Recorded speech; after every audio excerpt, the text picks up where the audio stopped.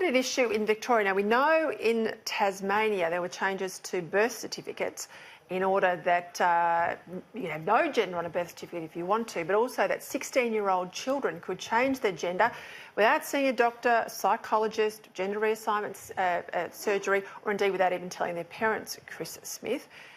And everyone said, oh, well, that's just Tasmania. Of course, now it's creeping into Victoria.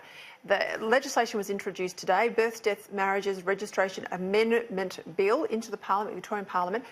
It will allow people to change their birth certificate without surgery, but more importantly, not just male and female or no gender. They can basically make up, according to the legislation, any gender they like, any sort of term they want to call themselves. What's this? Crackers. It's just total crackers. And with surgery or without surgery, it's still crackers.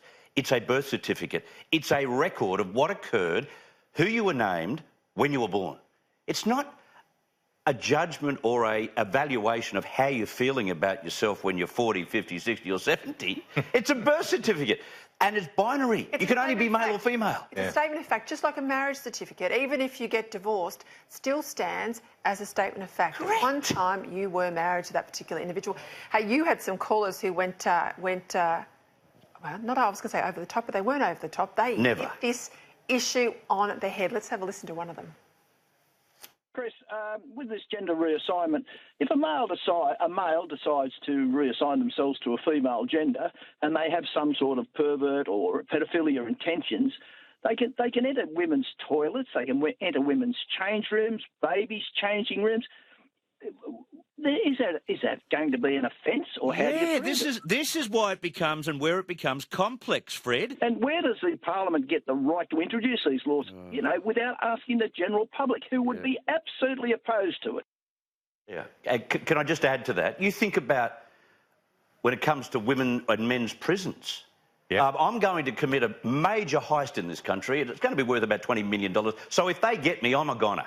Well, I don't want to go to a male prison, sorry. So I'm going to go up to the Birth, Deaths and Marriages office today, and I'm going to turn myself in as a woman, and then what do they have to do when they eventually convict me or I get sentenced? They'll have to put me into a women's prison, won't they? Yeah. There's so many complications as well. Yeah. Unless you choose a gender of your own desire, you come up with some other one, and you might end up in a room on your own. Yeah, Martian. No one else there. Martian. No one else there. They've said they... Do you think this diminishes those real cases, and we know there are about 1% of the Australian population that truly have struggled with their gender or may well have had chromosomal sort of issues at birth. Yes. This diminishes their argument and their fight for some level of comfort as an older person generally as to who they are in life. This diminishes them by this idea now. It's just a mockery. You're absolutely right. People could wake up today, be one gender or another.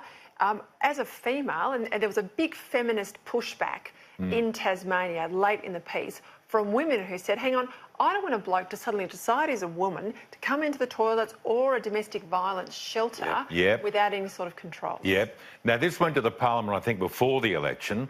I don't know if this was mentioned in Victoria during the campaign. No, I'm not sure it was. I agree with you on that. And I think, this has got...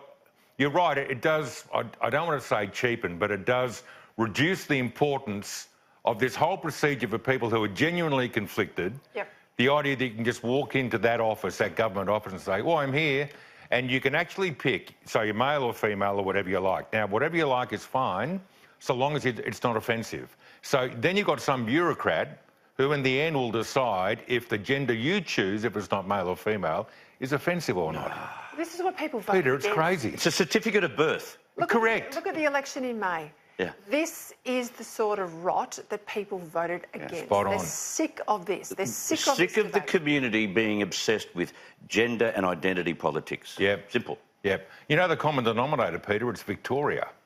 I don't want to have a crack at Victoria, but it is. Feel free. I'm a Victorian. I think most Victorians are pretty embarrassed at the state of the state. Yeah. Well, they didn't vote that way unless the opposition was as bad as what people say they were.